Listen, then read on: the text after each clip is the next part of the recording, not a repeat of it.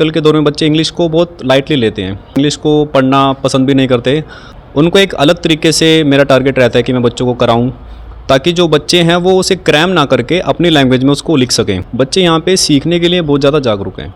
Means 100 number लेना एक आसान काम है, मगर 100 पे बने रहना it really takes lots of hard work. दोस्तों हमारे साथ है जसमेर सिंह राठी जी, जो टीचर है इंग्लिश के सब्जेक्ट के RLS इंटरनेशनल स्कूल में। उनसे भी बात करेंगे। और जैसा कि हमें पता चला है कि इंग्लिश वाले सब्जेक्ट में दोनों ही क्लासों में अब बहुत अच्छा स्कोर अब की बार बच्चों ने अचीव किया है। First of all congratulations to every child of the school of 10th standard 12th standard who have got marvellous marks in their board exams. मैं ये कहना चाहूँगा बच्चों की मेहनत है और मार्गदर्शन अध्यापकों का, टीचर्स का, जो स्कूल के डायरेक्टर सर हैं, प्रिंसिपल मैम हैं, सभी का हमारा ये मिला जुला एक संयोग है जिसके कारण बच्चों ने एक अच्छे से मार्क्स को अचीव किया है। और इंग्लिश लैंग्वेज बेसिकली एक ईजी लैंग्वेज होती है, बट आजकल के दौर में बच्चे इंग्लिश को बहुत लाइटली लेते हैं and as compare to other subjects वो इंग्लिश को पढ़ना पसंद भी नहीं करते। और कब पढ़ते हैं, जब पेपर आते हैं तो उनके 2-3 महीने पहले पढ़ना स्टार्ट करते हैं। So what I am trying to do, मैं उनको बिल्कुल स्टार्टिंग से बेस लेवल से इंग्लिश लैंग्वेज को कराने की कोशिश करता हूँ। ग्रामर का राइटिंग सेक्शन है, जो लेसन्स है, उनको एक अलग तरीके से मेरा टारगेट रहता है कि मैं बच्चों को कराऊँ, ताकि जो बच्चे हैं वो उसे क्रैम ना करके अपनी लैंग्वेज में उसको लिख सकें।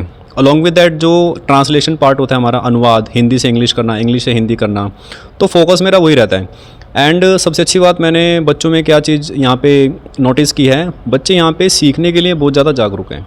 दे आर क्विक लर्नर्स।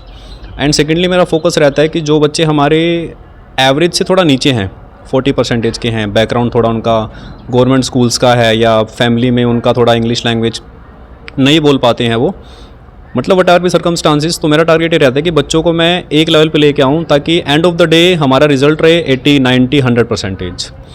और जब एक 40% का बच्चा 60 नंबर पे आता है, 60 का 80 पे आता है, 80 का 100 पे आता है और 100 का 100 पे बने रहता है।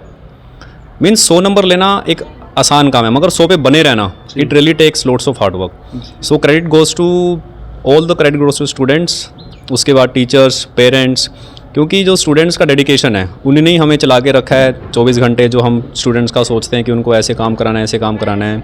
And the result is really mind blowing and wish you all the best for the coming future also. Thank you, जय हिंद।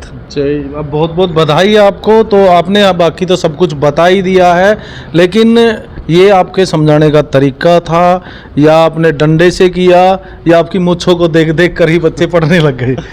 देखो, प्यार और मार दोनों का ही मेल होता है किसी भी चीज़ को अगर हम करें।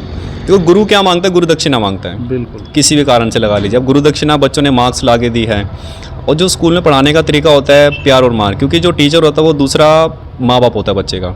अब घर में माँ बाप हैं, बच्चों को स्कूल भेजते हैं, इसीलिए भेजते हैं कि बच्चा अच्छी शिक्षा प्राप्त करे।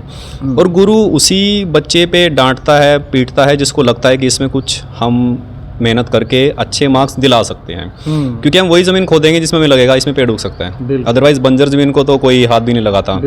सो प्यार और मार दोनों कॉम्बिनेशन, और स्टूडेंट्स का जो रिजल्ट रहा है marvellous, and credit goes to students. Thank you ji. एक लास्ट क्वेश्चन आपसे करूंगा। वैसे एक एजुकेशन की बात हो रही है, लेकिन आपकी मुच्छों को देखकर मुझसे रहा नहीं जा रहा। विंग कमांडर, उनकी मुच्छें देखी थी और मेरी लाइफ में सबसे बड़ी वो मुच्छें थी, लेकिन आपकी जो मुच्छें हैं उनसे बहुत ज़्यादा बड़ी। आप अपनी मुच्छों के बारे में कुछ बताइए। एक्चुअली मैं एक लेफ्टिनेंट जनरल सर से मिला था कई साल पहले, 8-9 साल पहले। Then I was really surprised. उनकी मूछें देख के मुझे काफ़ी ज़्यादा इंप्रेस हुआ उनसे मैं। जी। तो मैंने जस्ट मन में ख्याल आया कि चलो मूछें रखनी है तो उनके जैसी रखनी है एक बार। अच्छा, तो उनकी आपके जैसी थी? मेरी मूछें उनके जैसी हैं। अच्छा, मतलब सेम थी आपने? हाँ जी, उनकी देखी लगभग उनकी जो मूछें हैं वो 65+ एज के हैं। हाँ। तो अभी तो 70+ हो गए होंगे। हाँ। तो उनकी मूछें देखी थी मैंने, तो शेप इनकी जैसी ही थी। हाँ। तो मैंने सोचा कि चलो आई शुड ट्राई, एक करके देखते हैं कोशिश ऐसी, अगर हो गई तो ठीक है, नहीं होगी तो विल बी डूइंग। तो वहाँ से मैंने सोचा कि चलो मूछें रखते हैं। हाँ। तो ये चेहरे पे अच्छे लगने लगी, और काफ़ी लोग मिलते हैं और पूछते हैं कि आपका मूंछों के पीछे राज क्या है, हाँ। तो मैं उन्हें यही बताता हूँ कि एक जो हमारे देश के जवान हैं उनके लिए भी एक ट्रिब्यूट है। हाँ। जो हमारे जवान खड़े हैं बॉर्डर्स पे, बिल्कुल। तो उनके सम्मान के लिए मैंने मूंछें रखी हैं। ओके। और अगर मुझे मौका मिलेगा लाइफ में तो मैं उन जनरल सर से मिलूंगा और उनके साथ एक फ़ोटो खिंचवाऊंगा। अच्छा, आप मिले नहीं हैं उनसे? अभी मिला नहीं, मतलब एक बार पहले मिला था 8-9 साल पहले, जस्ट एक झलक मुझे उनकी दिखी थी, हाँ। बातचीत नहीं हुई थी उनसे। तो चौपर से उतरे थे, आसपास उनके कमांडोज थे, हाँ। And I just have a glimpse of that person कि मुझे लगा वाओ। और वो एज अ चीफ गेस्ट आए थे और सारा मीडिया एवरीथिंग वाज एवरी जो कैमरा था उनके पास ही फोकस था पूरे 4 घंटे। हाँ, एक तरह की अलग पर्सनैलिटी हाँ भी जी। आपको ये मुझसे बनाती और है। वो राजपूत रेजिमेंट के हमारे जनरल थे। वाह। हाँ जी, अगर मेरा मौका मिला कभी लाइफ में तो उनसे मिलूंगा मैं और उनके साथ एक स्नैप खिंचवाऊंगा। इस तरह की मुच्छों को बनाना बहुत मेहनत का काम हाँ है, जी। तो एक कॉन्फिडेंस या आत्मविश्वास भी ये पैदा जरूर करती होंगी, मूंछों को लेके एक बात बोलूंगा कि इसमें संयम बहुत लगता है ना? पेशेंस बहुत ज़्यादा लगता है। पेशेंस से ही वो हाँ चीजें आती हैं। पेशेंस डेली इसमें 2 घंटे लगते हैं मुझे मेहनत करने में। डेली? हाँ जी, रोज 2 रोज घंटे? 2 घंटे। अब 8 सालों में आप 2 घंटे के हिसाब से लगा लीजिए मैंने कितना मेहनत किया इनके ऊपर। बिल्कुल। और वही सारा पेशेंस मेरे अंदर भी है, हाँ। अपने काम को लेके, बच्चों को लेके। हाँ। और जितना आप धैर्य रखेंगे उतना ही आपको फल बहुत अच्छा मिलेगा। तो वो आप अपने जीवन में भी हाँ जी, उसको और मैं बच्चों को भी बोलता हूँ कि आप धैर्य रखिए, हाँ। टाइम पे हर चीज़ मिलेगी आपको। आप अपनी मेहनत करना मत छोड़िए, उम्मीद मत कीजिए, just go for the hard work. भगवान आपको वो चीज़ देगा जिसकी आपने उम्मीद तक नहीं की है। बिल्कुल। वो जो रिजल्ट्स हैं बच्चों के, जो स्कूल में कहते हैं गुरुजी पास नहीं होंगे के करें, एंड आज वो बोल रहे हैं सर थैंक यू 80 मार्क्स आ गए sir, it's your hard work. मैंने बोला कि बच्चों आपका मेहनत है ये, मैंने तो आपको गाइड किया है जस्ट, बिल्कुल। कि हमारा काम मार्गदर्शन है, बच्चे का काम उसको आगे कैसे करना है वो उसके ऊपर है।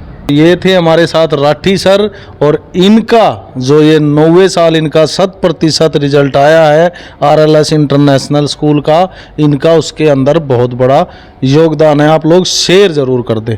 धन्यवाद।